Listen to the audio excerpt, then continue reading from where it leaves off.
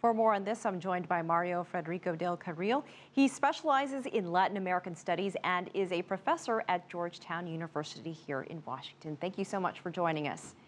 Thank you for having me. Why does it seem that fugitives seem to turn to Latin America in the region when it's seeking asylum? It seems that there's been a long history there. So what is it about the region that attracts them? Well, I don't think the region attracts them, but there is the practice of asylum that is of an old tradition, and it goes back throughout the 20th century. For example, you have Raúl Aja de la Torre in 1948, was 3 years in the Colombian embassy in Lima. There was Mario Cámpora, who was ex-president of Argentina. He was for several years in the Mexican embassy in Buenos Aires. You have Perón when he left Argentina in '55, that he left in a gunboat, Paraguayan gunboat, that was considered not in Paraguayan territory. So there is a respect for the case of political asylum. And I think in the case of Snowden and others, there's a tendency to see it as a political issue and not, for example, a sexual issue in the case, for example, of Assange. Well, is it a matter of finding the government which has the least amount of relationships with the United States in this case? Well, not this case, because a very interesting editorial came in the Washington Post 2 days ago, in which the editorialist said, by the way, Ecuador does have trade relations with, a trade agreement with the United States, and it's up for renewal next month.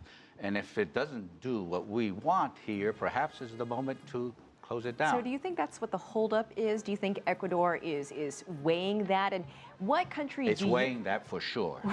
What country do you think he'll eventually end up in? Which country do you think would be the most likely to take that chance? I would never venture that. What's interesting is that Baltasar Garzón, who's the famous judge who asked, when Pinochet was in England, tried to extradite Pinochet, and the English did not allow it, is now probably going to advise Townsend.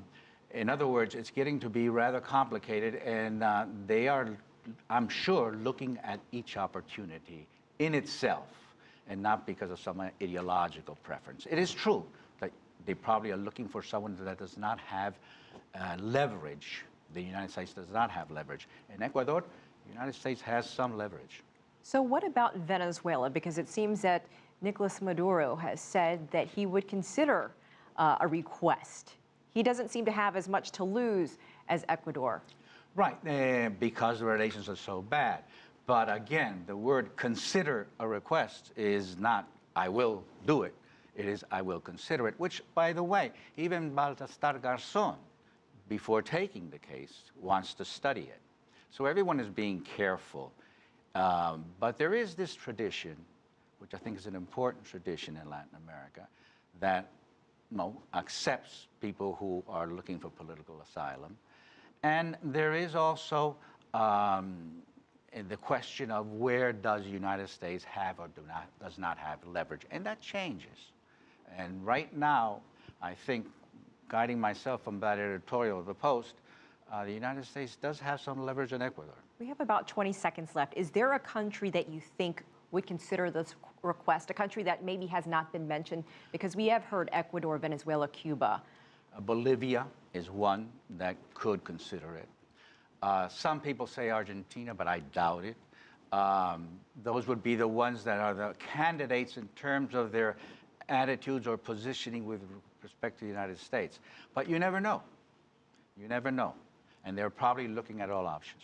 All right, Mr. Del Carril, we appreciate your time. Thank you for joining us on the program. Thank you.